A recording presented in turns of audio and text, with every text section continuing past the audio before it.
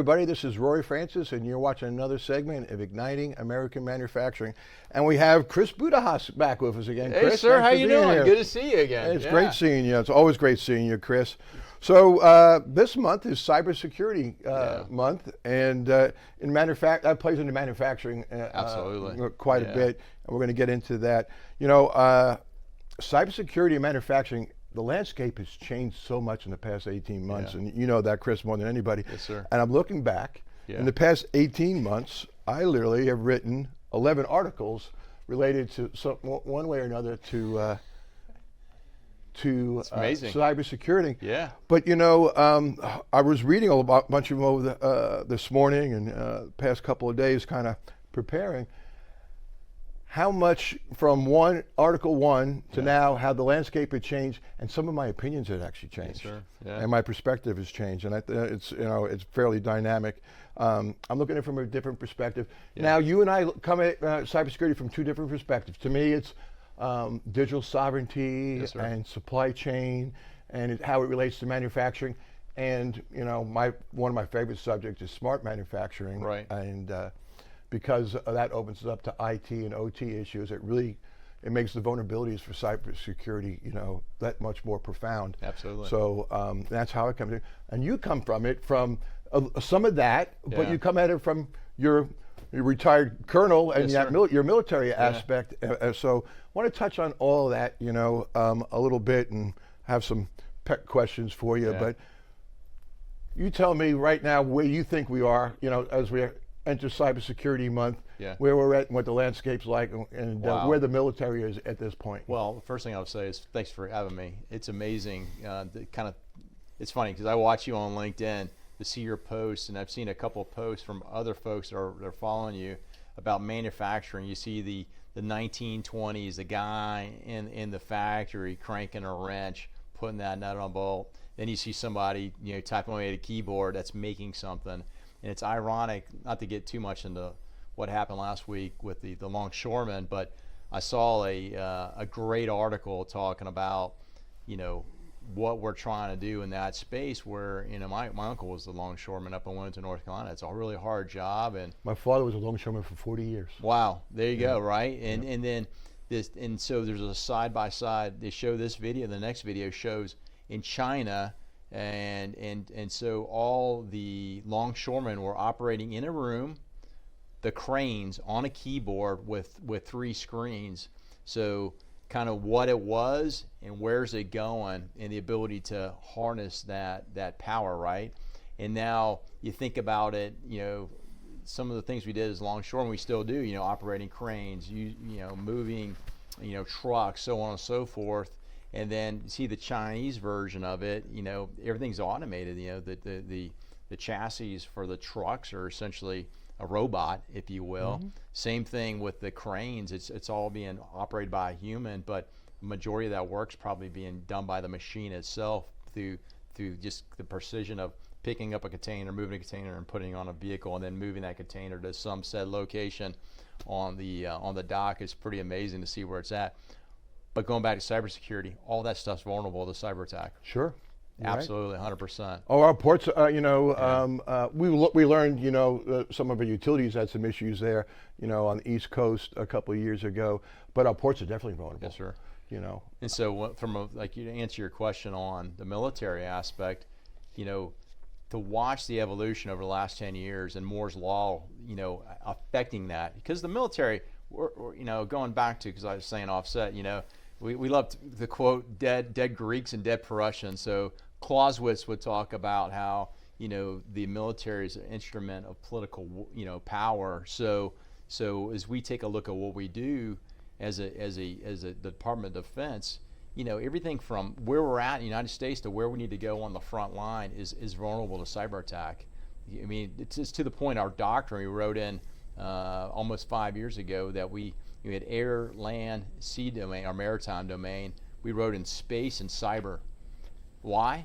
Because it's affected from assembling folks here, let's say at Fort Bragg, now Fort Liberty, to assemble them there on the base, till their movement in the theater, say to the front lines of some said location, they're going to be under some form of cyber space attack from assembling to getting there, and that could be an attack of, Facebook ads towards their families. We've seen that in the Ukraine where that's occurred. So everybody's under attack in some aspect. So if it's digital, it's got a 1 and 0, it's susceptible to attack. And you see that, when we talk about with China, the amount of IP theft that has occurred year after year, it's always increasing because we have a lot of vulnerabilities in our systems, regardless if it's military or non-military. Well, I mentioned, I wrote a bunch of articles. One of the articles I wrote and talked about Chinese overt hacking and non-overt hacking, where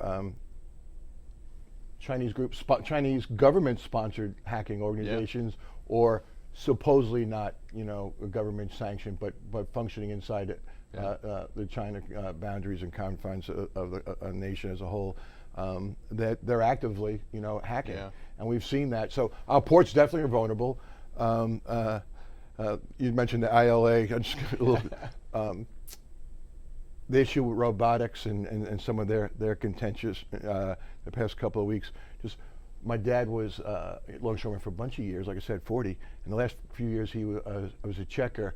And I remember as a checker, they taught him how to operate a computer and to check things in and stuff like that, the evolution. So I would love to hear his thoughts. My dad passed 20 years ago, plus years ago, his thoughts on that. So when you mentioned that, but our ports are definitely vulnerable. Our utilities are vulnerable. Another thing, and I've learned this, like I said, manufacturing, data centers, semiconductor, EV. And in the data center, we always worry about the physical security to the building. Yes, sir. Yeah. But I just most recently was, kind of enlightened that 80% of our data moves on submerged cabling. All right. And we're vulnerable there. And there's definitely the military applications or direct intervention in protecting those and stuff. Any thoughts about our vulnerabilities there? Yeah, absolutely. I mean, if it's not actually being guarded or observed by somebody, it's always, suspect to sabotage or some form of attack. I mean, in our special warfare capabilities as a nation, no doubt the same with our near-peer threats, being China, Russia specifically, they got abilities to either cut those cables or tap into those cables. So it's kind of scary, right, to think that somebody's going to actually, go somewhere underwater in order to. So the DoD actually has physical plans to protect those. Yeah, classified, of course, but absolutely. Mm-hmm. But as we know, the ocean is large, so where you tap in could be, farther away from our shores than their shores, right? Because the vulnerability is huge, and I've seen some of your articles talking about running that cable from here to India. Yeah. And longest cable ever. That's a lot of space to defend. You can't stack ships across all that. And then to see the end of the Cold War, where I won't say we took it for granted, but I think we took it for granted as a nation. Like, there's never going to be another Cold War. We're going to be the global power forever. And now to see the competition that's occurring now. We have to realize the vulnerabilities that have occurred over the last 20, 30 years, and how are we going to, prevent those things from being tapped in. And that's a physical, either sabotage or, tapping into those networks. But, electronically, you can take them out too. I mean, the reality of it is you can probably put some form of malware or device in there to destroy those cables in some capacity, I can imagine.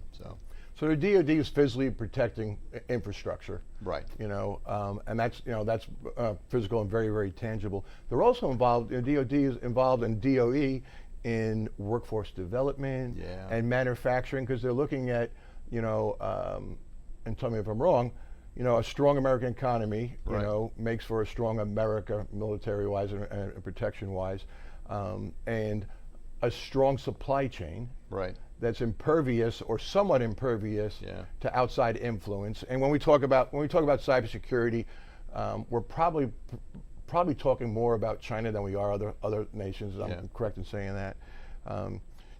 It's depend on who you ask. It's a subjective opinion. Are we in an active Cold War? Are we on the cusp of a Cold War? Are we in a global retraction, a globalization retraction? But they're definitely a competitor. Yeah. And there is some IP issues, and I talked a little bit about hacking. As far as the DoD involvement on the educational workforce, can you kind of enlighten us a little bit? Give me a little background on educating the workforce. Yeah. Well, pushing for a prosperous America and protecting our supply chain. I really couldn't speak to that, but I would say that I think DoD is messaging more to industry that we have to be more locked in sync. And as I mentioned, we talked off camera previously. We came out of the Cold War. We had really the big five came about: our Boeings, our General Dynamics, and those Raytheons, those large companies, and we divested the capability to mass produce munitions, materials, think combat vehicles, wheeled vehicles, aircraft.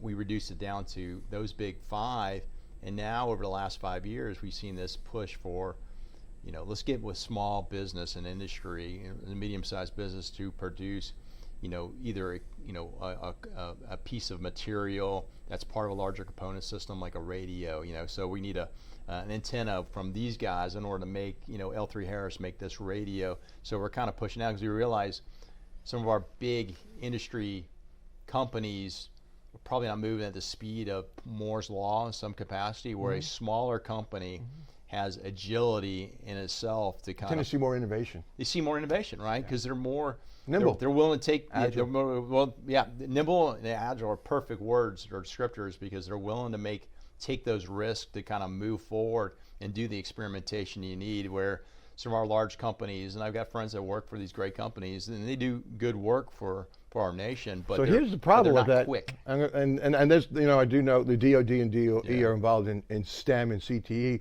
that we don't have the engineers. No. We don't have the technicians. Yeah. So I do know, and Amelia Goulding, you spoke wherever she's been on here. She works in workforce development, and she comes from an academia background, and she's been pulled into the DoD world, in the past year or two. And the thought process is, we need to protect our supply chain. Yeah. We need manufacturing to do that, and we need workforce development. So she's been working with them, with BattleBots Foundation, and the idea is to get young people involved in manufacturing and engineering. So we have to do that. So I mean, it's all tied together. So maybe it's a long trip to get there, but the DoD is involved in that. Oh, absolutely. And the DOE and fostering that, and then the upskilling, the technology and the upskilling of the actual military force, itself, as far as cybersecurity and some of the nanosecond technology. Well, it's gotten so important. We created, I think it's almost 10. It's been, I think, a little bit over a decade, a cyber command, because we were doing cyber, but it was so disparate across different commands that we, as a nation, said we need a cyber command. And though we kind of laughed about it under the former president, he went all in and he said we're going to create a space command, because the reality of it was, the Chinese were kind of kicking our butt, in space, and so we needed to have somebody focused on this domain. It's a domain of warfare. When it comes to data centers, data cabling, we're the leader. Yeah. And the EU, the UK, England is probably number 2, and we have a lead in that. We need to maintain that. But the Chinese are actively laying cable quicker and faster than us. They're working on it. So cybersecurity on a military DoD level, you eventually see that tying into manufacturing. I mean, 100%. I mean, or at least it has to be symbiotic at some point. Yeah. I mean, the reality is our military doesn't operate in a siloed defense. The nation itself provides it the materials to do what it does, and a lot of the tech that we use, not all of it, but there's a lot of the tech we use is dual use in some capacity. So it's funny. I had a conversation a couple years back talking with a group that are creating the potential future tank, future armored vehicle. But when you look at the potential for it to be a modular open system where it's hybrid electric or fully electric, you're talking about not just that technology, but all the associated electronics associated with a future combat vehicle, less wrench turning and breaking bolts and nuts, and a lot more plugging a device in and getting a reading and then figuring out what the code means and then changing the codes to correct that fault. So I see some of our future tank operators, while they might wear overalls because they might get a little bit of oil on them, the chances of that are much less that they will be more like, I would say, almost like an aircraft mechanic we see these days working on our high performance aircraft like our F-15s and our F-35s, where our guys who work on tanks will be out there with a computer plugging in the system to get those faults and kind of work through those. So yeah, it's amazing where tech's going. Well, I'm reading a book and I'm struggling with it because I keep reading sections over it. It's mesmerizing. It's about Bell Labs and AT&T. And, you know, I read Cloud Revolution a couple of months ago. It's basically the same book 100 years apart. You know, literally, it's so Bell Labs. You know, they did a lot of work during prior to World War II and during World War II and directly afterwards. You know, the transistor came from there, and they worked on sonar. But they basically, you know, AT&T. A lot of people don't know is, you know, it's American Telegraph and Telephone. That's how long they were around. They talk about they were an information company, and that's how they thought. You know, they actually, you know, they talk about developing a cell tower back, you know, 80, 90 years ago system, but they're an information company. Wow. And here we are in the digital age, and now we're in data centers. Right. But when it comes down, so I'm reading the Cloud Revolution. It's the same book, but it's just now we've digitized it and we put it in data centers. But we're a nation that lives on data. Right. Globe lives on data. So the vulnerabilities there are huge. So I mean, when I think about the DoD, we have physical threat. You know, military threat. We have a threat to our utilities and our ports, like you talked about. Right. You know, they're vulnerable, and then we have threat to our data. You know, so DoD's footprint, and that's why they're getting involved. And tell me if I'm wrong. Yeah. They're getting involved in this because it's the next war is a good chance it's more digital than it is physical, or before it gets physical. So it's funny. I over the last series of years read a lot on China. Taiwan, China, U.S., obviously Russia, and when you start to kind of give a rearward-looking historical look at, you know, how do we get into conflicts, and other nations have conflicts, kind of we talked off camera about the Thucydides trap. You know, the reality of it is that, data, you will probably see initial conflict, and there's always this questions. People have these ideas like, what does conflict really mean? Like, what is truth? Is that your truth? That's your truth, my truth? But what does conflict mean? But if probably the initial stages of a war or conflict between the U.S. and Russia or China will be more in the cyber and the space domains before it's actual physical contact in between soldiers. What about threat to physical supply chain too? Yeah, absolutely. I mean, we saw a little bit. I think it's going to be the most critical thing. They're going to go after. You already mentioned it, data centers, anything that commands and controls stuff, anything that power stuff. If they're smart, America has a history of fighting the away game. We fight wars overseas. We don't fight on our own nation's land unless it's the American Revolutionary War or the Civil War, or typically in War of 1812. I got it. All the historians out there will go pick me apart on this, but typically we fight away. If they're smart and they've been watching, specifically, you know, Desert Storm, post-Desert Storm, that if they can stop us from getting to theater, into the combat theater, then they probably won half the battle right there, or half the war.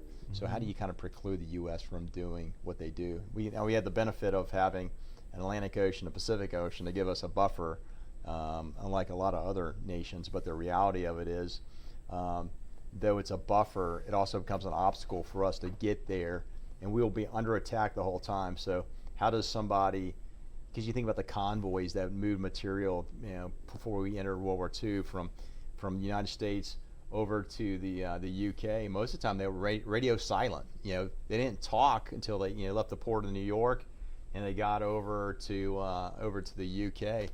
These days, we're so conditioned to be in contact with people all the time digitally that it leaves you open for any form of attack. And if they can backtrace where you're at, then you're susceptible to any type of either digital attack or actual physical attack. Well, at no point in mankind's history has data been as important as it is today. Oh, for sure. It drives the world. So obviously, that's a point of contention. I was just talking with someone on the way down here. I actually saw the movie Reagan. Okay. That was good. And it was phenomenal. Okay. And I don't care if you're Democrat or Republican, you're going to take something away from you like from it. If it's just some historical context, and he was a fairly funny man and a very good speaker, but there was a scene there, and they actually showed the actual footage. Mr. Gorbachev, take down this wall. Right. And we're not that far removed from that. So do we want to renew our Cold War tensions with China? Like I said, that's subjective, and we talked a bit about Graham Allison and Thucydides' trap, and he wrote his original book, and writing these articles in the past year, I read a little bit, on some of his stuff, and it really changed my opinion. And one of his first book was The Inevitable War, about us eventually going to war with China. And then he kind of thought about it, and he wrote, Thucydides' trap, and he started Thucydides' project. And he went back and did some case studies on different things in historical context where two nations, one was the nation in power and one was the rising power, and how inevitably they went to war. And when he did his study, it came out 75% of the time it happened. Right. So what happened to 25%? So and Russia and U.S. in the Cold War was one of his, obviously one of his case studies. And you said, mutual destruction. We kind of figured it out and said it's to our mutual benefit. So here we are, 30 years later, and people are talking about renewing, tensions with China and things like that, and deglobalization or decoupling. And I have some strong opinions on that. I kind of like his thought process. It's like we are so enmeshed that we need to figure it out. Right.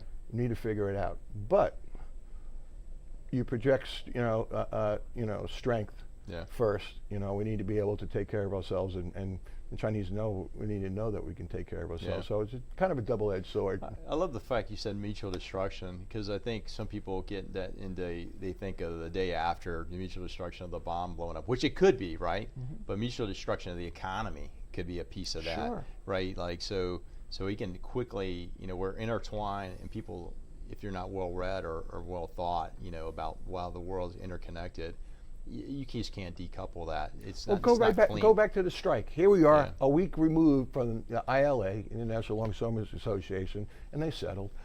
They were talking about what it was going to do to our food supply and our supplies within weeks. Right. If you were able to take that out digitally, where would we be at? So, and we saw that during COVID. Yes, sir. No, and it's funny. Yeah, exactly. And just like listening to you, and then kind of some of the reflections of the readings I do daily, like on the Ukraine-Russia front. The capacity of our ability as a nation to mass manufacture what we would need. Right now, some things are strained just supporting that, and I would call it a small war, by the way. In a larger war, what does that mean for our nation? And to think that stuff's not going to be vulnerable to cyber attack if we have to increase capacity to produce not just the materials of war, but also if you think about it, World War II experience, like the food that was needed to feed this machine of people that supported it, and the nation while undergoing it. All that stuff's vulnerable to attack these days because most of our manufacturing in the food space is automated. And we're going to wrap up here, but on that note, a lot of people, and I am a history buff, a lot of people don't realize more people starved and froze to death in 1946, the year after the war, than actually did in 45. Wow. And they're DPs, displaced persons, that were in camps. Oh, yeah. And we had damaged infrastructure to the EU, or Europe at the time. Right. There's so much that, people don't realize that, the war was over, people were still dying, and it was all supply chain. So supply chain is vulnerable. Cybersecurity is something we need to focus on. You and I could go down many rabbit holes on that. Yes, I think we'll have you back. We'll no, talk I about something else, appreciate it. I just my last comment is as a small business owner myself, and then working both in the business and in the defense industry now in various consulting capacities. If you don't have like security, cybersecurity thought about how your company runs, you're in a huge vulnerability. Yes, I mean, you are. You're one keyboard click away from not having a company, or at least being significantly disadvantaged. All right. So my final thought: Yeah. 72% of ransomware was against manufacturing last year. Wow. Over manufacturing. Manufacturing hasn't figured that out yet. You know, Wow, and that's just scary. That's ransomware. That's just holding your data hostage for money, right? Yes, sir. From nefarious characters. But it also highlights the fact that we have other vulnerabilities to foreign, players, that you can get in there. Right. So definitely something we need to work at. Manufacturer really needs to get it together really quick on that. 72% is way too big of percentage. 10% is probably too much. Yes, sir. So. Again, we could talk about this stuff all day long. We'll have you back for sure. Yes, and cybersecurity. So, if we want to find out a little bit more about Chris Budihas and your firm, where do we go? Go to LinkedIn. Connect me on LinkedIn. We'll have a conversation. I'm doing a lot of things with a lot of different companies that are both. And in the business full name of your firm is? It's AdvantEdge. So AdvantEdge. AdvantEdge. Strategy and solutions. So Okay. we want to make sure you got a strong strategy. We understand where you want to go, how you want to get there, and then we come up with a solution to get you that pathway. But it's got to be thought through, then it's got to be actioned appropriately over time and space. So. Well, Chris, Yes, sir. thank you for being here. Thank you for your service, 36 years. Yes, sir. No, thank you. Marines and Army, 36 years. Absolutely. Long Yes, sir. career. Thank you very much for that. Appreciate that. Thanks for being here today. Yes, sir. Always a pleasure. Good to see you, sir. Yes, sir. Thanks.